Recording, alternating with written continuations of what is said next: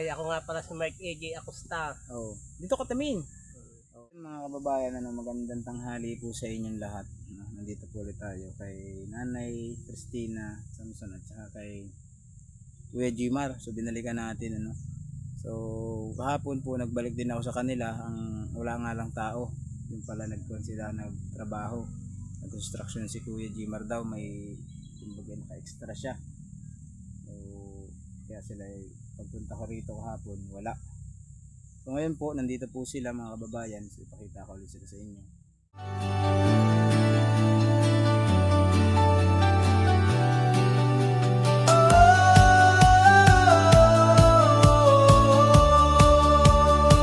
Sa bawat hakbang, kabutihan ang dala. Hali sa inyo, no?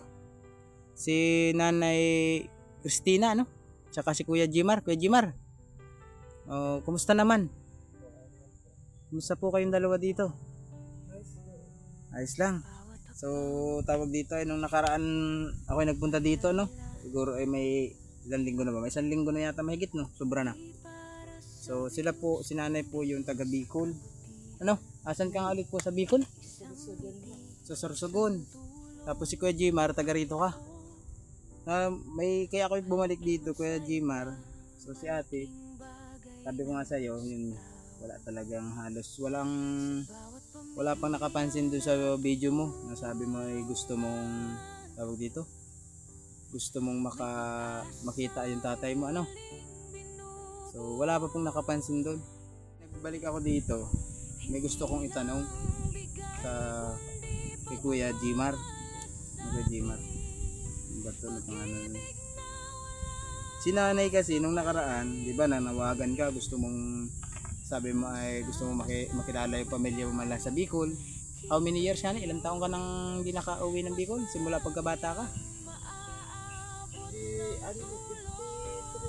53 years. 54 years. 55 years. 55 years na hindi nakakauwi si Nanay Cristina, no? Nanay Cristina sa lugar niya sa Bicol, sa Sorsogon. Asan ka sa Sorsogon nga ni? Sa Sorsogon. Hindi, may lugar ka doon eh. Anong barangay mo doon? Hindi mo kabisado. Yun. Sorsogon lang basta sinabi. So ngayon, meron akong, kilala mo si kay Kuya Jimar, kilala mo si Grace Rabino. Hindi mo siya kilala. Kapatid mo raw to. Hindi mo siya kapatid. Nag-comment kasi siya dito.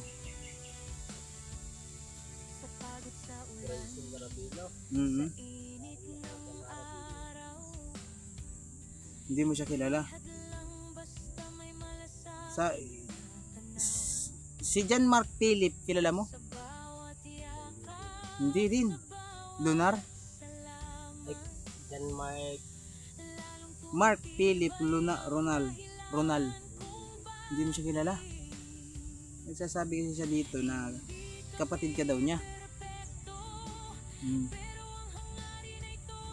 Kaya ang tunay mo daw pangalan ay Mark Philip Lunar. Ang totoo mo daw na pangalan. Totoo ba yun? A.J. Mark E.J. Acosta. So taga saan ka ba talaga? Batangas. Diba ang Batangas? So dito ka napadpad sa Lucena. Paano ka napadpad dito sa Lucena? May kapatid ako dito kay Tenorio. Kay Tenorio nagtatrabaho? Anong trabaho kay Tenorio? Yung kapatid ko yung babae, yung tip ni nanay. Diba? Tapos, ba't ka umalis kay Tenorio? Ano mahirap, ayaw na ako sa ako na nagkakaroon ng hanap lang.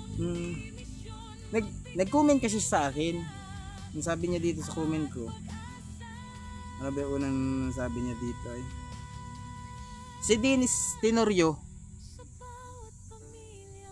Ay, hindi ko kilala yung Dennis Tenorio. Acosta nga. Yan, kilala ako yan. Haha, kuya.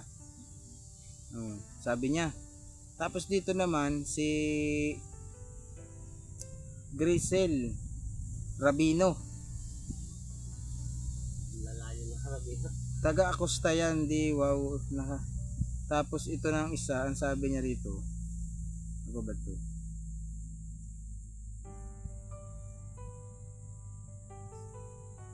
Kapatid mo daw siya eh. Ang sabi niya sa dito sa message, kukuha na ba ako ng birth certificate o PCA para magkaalaman kung sino ba talaga siya.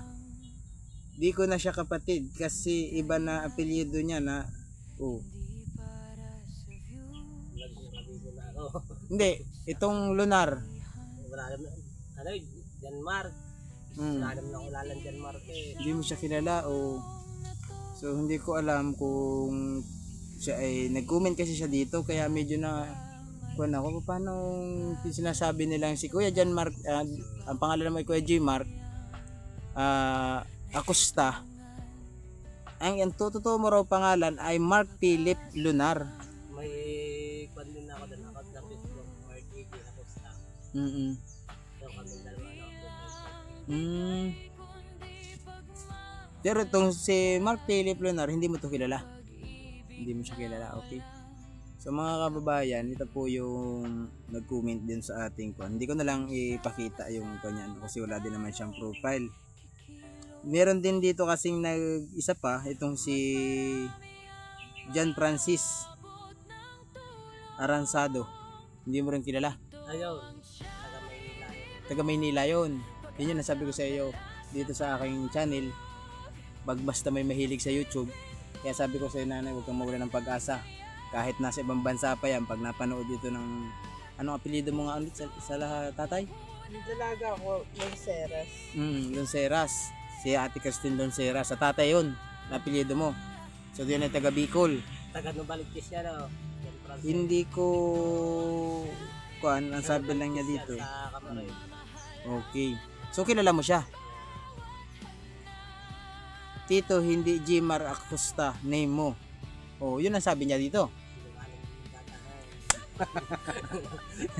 Si Kuya Jimar, kami nagugulo sa pangalan ni Kuya Jimar. Ang dami nagsasabi. Yun naman si John Francis. Oh. Tawag yung Aransado Velasco eh.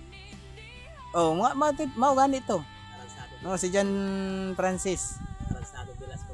Oo. Taga dito, Masbate. Oh, tito ko po siya. Yun ang sabi sa akin sa reply.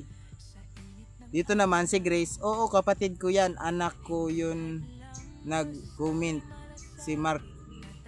Ang kamag-anak Sa'yo. ko yan yung lalaki. Ito pala, anak si John Francis. Itong si Gracel Rabino, kaya Rabino ang apelyido, doon sa asawa niya yun. Hindi, Velasco ang asawa nun. Velasco Oh. Aransado. Yung kamag-anak ko yung asawa. Kaya ang sabi niya, Kuya Mark Philip Lunar, name nyo talaga. Taga Kapalan City, Oriental Mindoro ka. Hindi, taga Batangas. Iba. Taga Batangas. Naguluhan ako dun sa mga comment niya. So mga kababayan, kung gusto po ninyo mga dun sa kanyang kapatid, sa kanyang pinsan o ano ba ito, kung gusto po ninyo siyang makontak, pwede nyo po siyang may kuwan ka ba? May FB ka ba? Meron.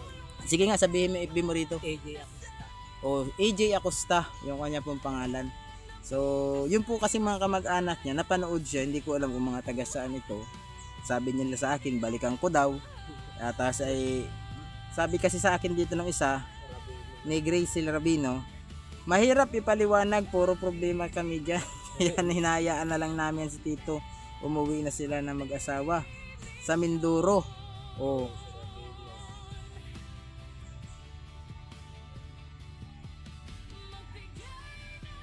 So hindi ka talaga sa Mindoro. Batangas. Batangas ka. Tubong ano ka? Batanggenyo talaga. So yun po ang sinasabi ni Kuya Jimar. Doon kami pumunta dito. Doon kami nakatira sa Batangas. Sa Tanawan. Confidential na rin po kasi yung ibang mga message dito mga kababayan. Kaya hindi ko na ipapakita sa inyo. Tsaka hindi ko na rin babasahin dito. Ang binasa ko lang dito yung nagsasabing kapatid at tsaka yung pamangkin, tito niya, si Kuya Jimar.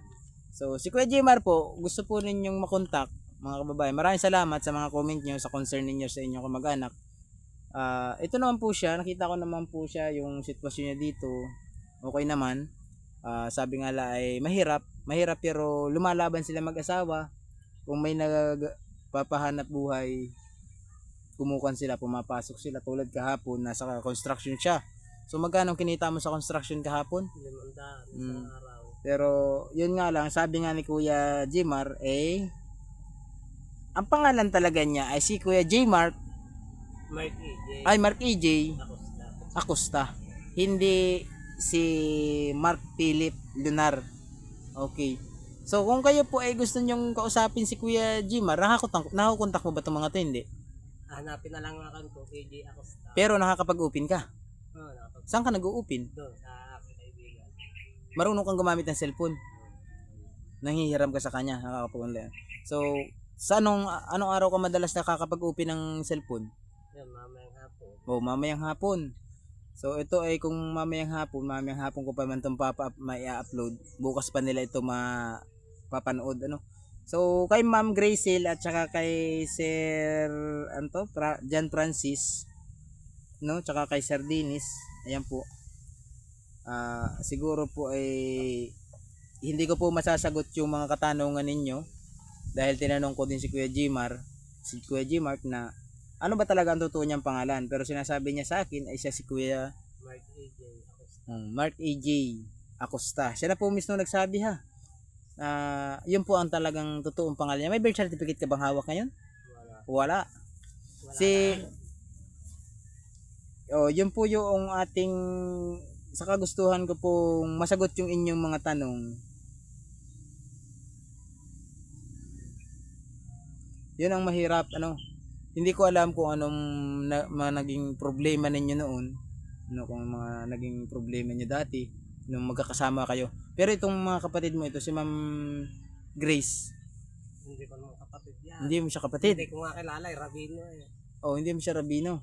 Yung kasi lang yung ginamit niyang pangalan, pero anak niya si John Francis. Hindi naman. Anak niya kasi si John Francis eh. Layo naman sa Rabino. Yan ay baka ginamit sa pangalang asawa niya, pangalan ng mga dalaga siya, ganun. O sa nanay, ganun. Kaya nagagamit. Parang ako, Masida ako, pero hindi po Masida talaga ang apelyido ko. Sa Facebook lang yun. Yun doon ko ginagamit. Oh. Kaya po ako yung nagbalik dito sa iyo. Gusto kong maliwanagan. Kaya tinatanong ko ikaw kung ano talaga ang totoo mong pangalan. Mark EJ Acosta. Oh, siya si Kuya Mark AJ Acosta, hindi po siya si Mark Philip Lunar. Yun po kasi yung sinasabi niyong Mark Philip Lunar ay sabi niyo taga Mindoro. Si Kuya AJ po ay taga Batangas. Baka po kayo ay nagkakamali or hindi ko lang alam. Kayo na po ang mismong mag-message sa kanya. Kayo na po mismong mag-message kay Kuya Mark AJ. Anong mo pangalan ng Facebook mo ulit? Pakisabi po rito. EJ Acosta. Si AJ Acosta ang kanyang pangalan po sa Facebook. Ang profile kayong mag-asawa. So, kaya po hindi ko po labis masagot yung inyong mga katanungan. Ngayon naman po ay aking nagawa yung gusto ninyo. Pinuntahan po natin sila, sina nanay at saka si Kuya AJ dito sa kanilang bahay.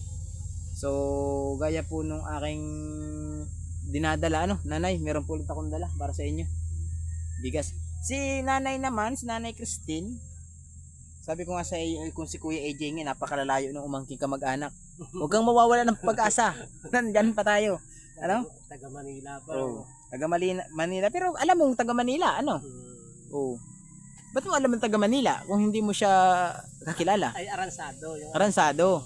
Okay. Yung mga Aransado, nakamag-anak mo na sa Maynila. Tapos si nanay naman, ang apelyido mo nung ikay dalaga ay Lonceras. Lonceras. Si Nanay Christine Lonceras. Siya po ay 55 years old na ngayon. Ang gusto po niya ay makakilala ng kamag-anak from Bicol. Ano? So sa mga Lonceras po dyan sa Bicol, ang tatay po niya ay si Hilario Lonceras. Tatay Hilario Lonceras po. Dati po yung asawa niya, yung nanay po ni ate ay naghiwalay, kaya po siya ay napunta dito sa Lucena. So simula po noon, after that nung panahon na yun, wala na, hindi na ikaw nakabalik ng Bicol. Kaya sabi ni nanay, taga Bicol siya, gusto niyang makakilala kahit isang kamag-anak or sa side ng tatay mo, sa side ng mother mo doon, nakilala yung tatay mo ano. So sabi ko nga hindi man kita inaalisan ng paniniwala na buhay pa yung tatay mo ano. Kapit lang tayo sa taas kung sakaling buhay pa si Kuya AJ nga Ang dami nang umaangkin. Paano ngayon yan? Inaangkin na si Kuya AJ ng mga kamag-anak. Paano pag kinuha siya? Sasama ka? Nanay, dito ka tingin. Tatawa si nanay. Paano kung kuhain si Kuya AJ ng mga kamag-anak niya? Ayos lang ano. Pero sasama ka? Ha? Sasama ka ba o sasama ka pag isinama? Pag sinama. Pag sinama.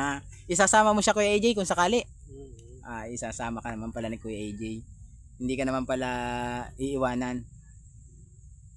So si Kuya Mark AJ po ay ang pangalan po talaga ay Mark AJ Mark AJ Acosta. Hindi po Mark Philip Lunar. Yun po kasi yung mga comment dito sa aking kuan na talagang kaya gusto ko tong balikan nung nakaraan pa. Ang problema ay wala nga kayo.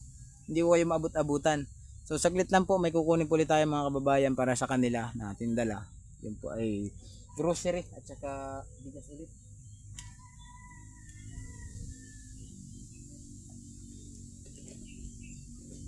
Kaya ako nagbatanghali na para sigurado kung maabutan ko kayong dalawa. Kasi kahapon, maaga ako siguro mga around 7. Maaga po kami Kumain dito ako hapon. Around 7:30 siguro yun. Wala ka na.